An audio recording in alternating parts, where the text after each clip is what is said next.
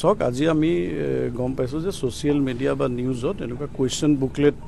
এখন চাৰ্কুলেট হৈ আছে আৰু আমি এইটো কনফাৰ্ম কৰিলোঁ যে এইটো উপেন্দ্ৰ নেশ্যনেল একাডেমি চিমেন চাপৰি যিখন চেণ্টাৰ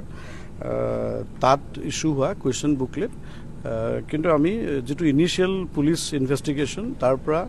আমি এইটো কনফাৰ্ম হৈছোঁ আৰু ফাৰ্ডাৰ ডিটেইল ইনভেষ্টিগেশ্যন চলি আছে ইতিমধ্যে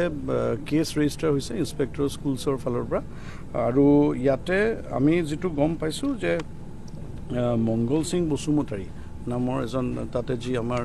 কেমেৰামেন কাৰণ চিল খোলা সময়ত ভিডিঅ' ল'ব লাগে ফটো ল'ব লাগে তেওঁ পৰীক্ষা শেষ হোৱাৰ পাছত অৰ্থাৎ 1:30 বজাৰ পাছত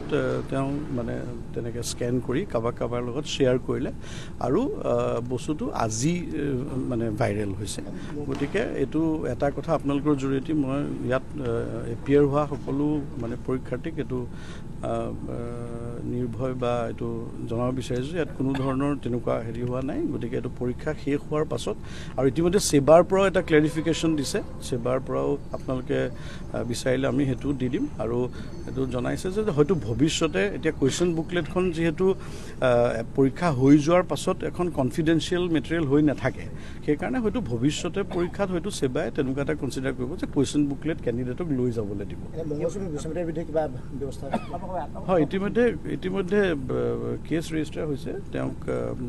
এপ্ৰিহেণ্ড কৰা হৈছে আৰু বাকী যদি আপুনি আমাৰ আৰক্ষী অধীক্ষক মহোদয় আছে হয় আপোনালোকে গম পাইছে এই ঘটনাটো সংক্ৰান্তত আমি যিজন ফটোগ্ৰাফাৰ আছিলে তেওঁ ভিডিঅ'গ্ৰাফাৰ হিচাপে তাত এনগেজ কৰিছিলে আৰু তেওঁৰ নাম হ'ল মংগল সিং বসুমতাৰী তেখেতক ইতিমধ্যে আটক কৰা হৈছে আৰু ইনভেষ্টিগেশ্যন তদন্ত চলি আছে ইয়াৰ লগত জড়িত যিসকল ব্যক্তি আছে আমি সেইসকলৰ বিৰুদ্ধে আইনমতে ব্যৱস্থা ল'ম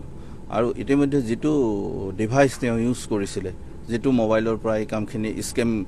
স্কেন কৰিছিলে তেওঁলোকে সেইটো আমি সিজ কৰিছোঁ গতিকে তদন্ত চলি আছে আৰু এতিয়ালৈকে আমি এজনক আটক কৰি আমি এতিয়ালৈকে ইনভেষ্টিগেশ্যনত যিখিনি কাম কৰিব লগা আছিলে প্ৰাৰম্ভিক অনুসন্ধান কৰি আমি গোচৰৰ তদন্ত আৰম্ভ কৰিছোঁ আৰু এতিয়ালৈকে আমি এজনক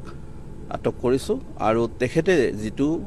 মোবাইলৰ পৰা এইটো ভাইৰেল কৰিছিলে যিটো ইনষ্ট্ৰুমেণ্ট সেই ইনষ্ট্ৰুমেণ্ট আমি সিজ কৰিছোঁ আৰু তদন্ত প্ৰক্ৰিয়া চলি আছে বাকী মই তদন্তৰ খাতিৰত এতিয়া ক'ব একচুৱেলি কি হৈছে জানেনে আপোনালোকে যে যিটো কেমেৰা ইউজ কৰে আফটাৰ এক্সামিনেশ্যন ছাৰে কৈ দিলে তাৰ পিছত এইটো এক্সামৰ সময়ত নহয় এক্সামিনেশ্যনৰ পিছত এইটো পিছত হৈছিলে আৰু তেতিয়া যিটো PDF বনাইছিলে স্কেম যিটো কৰিছিলে সেইটো আমি অলৰেডি সেই ডিভাইচটো যিটো ডিভাইচ ইউজ কৰিছিলে আমি সেইটো কৰিছোঁ আৰু তদন্ত চলি আছে তদন্তৰ আপোনালোকে গম পাব প্ৰক্ৰিয়া আৰম্ভ হোৱাৰ লগে লগে যিসকল ইয়াত যদি কোনোবা আৰু ব্যক্তি আছে জড়িত সকলোখিনি এই তদন্তৰ আওতালৈ আহিব আৰু আইনমতে ব্যৱস্থা ল'ম থেংক ইউ হয় আমি সোধপোছৰ কাৰণে 3জন ব্যক্তিক আনিছোঁ কিন্তু মংগল সিংজন প্ৰাইম একিউজ আৰু তেখেতৰ পৰাই আমি ডিভাইচ অলৰেডি সিজ কৰিছোঁ আৰু তেখেত ইতিমধ্যে আমাৰ পুলিচৰ তদন্তৰ কাৰণে তেখেতক আমাৰ হেৰিত ৰখা হৈছে আমাৰ কাষ্টডিত ৰখা হৈছে আমি সোধপোছ কৰিছোঁ তেখেতক মাতিছোঁ চেণ্টাৰ ইনচাৰ্জক মাতি কথা বতৰা পাতিছোঁ এছক মাতি কথা বতৰা পাতিছোঁ আৰু ইনভেষ্টিগেটৰ যিসকল আছে আমি তেখেতসকলৰ আমি অনুসন্ধান চলাম তেখেতসকলক সোধপোছ কৰিম গতিকে তদন্তৰ অগ্ৰগতিৰ বিষয়ে আপোনালোকক মই এতিয়াই বিশেষ ক'ব নোৱাৰোঁ থেংক ইউ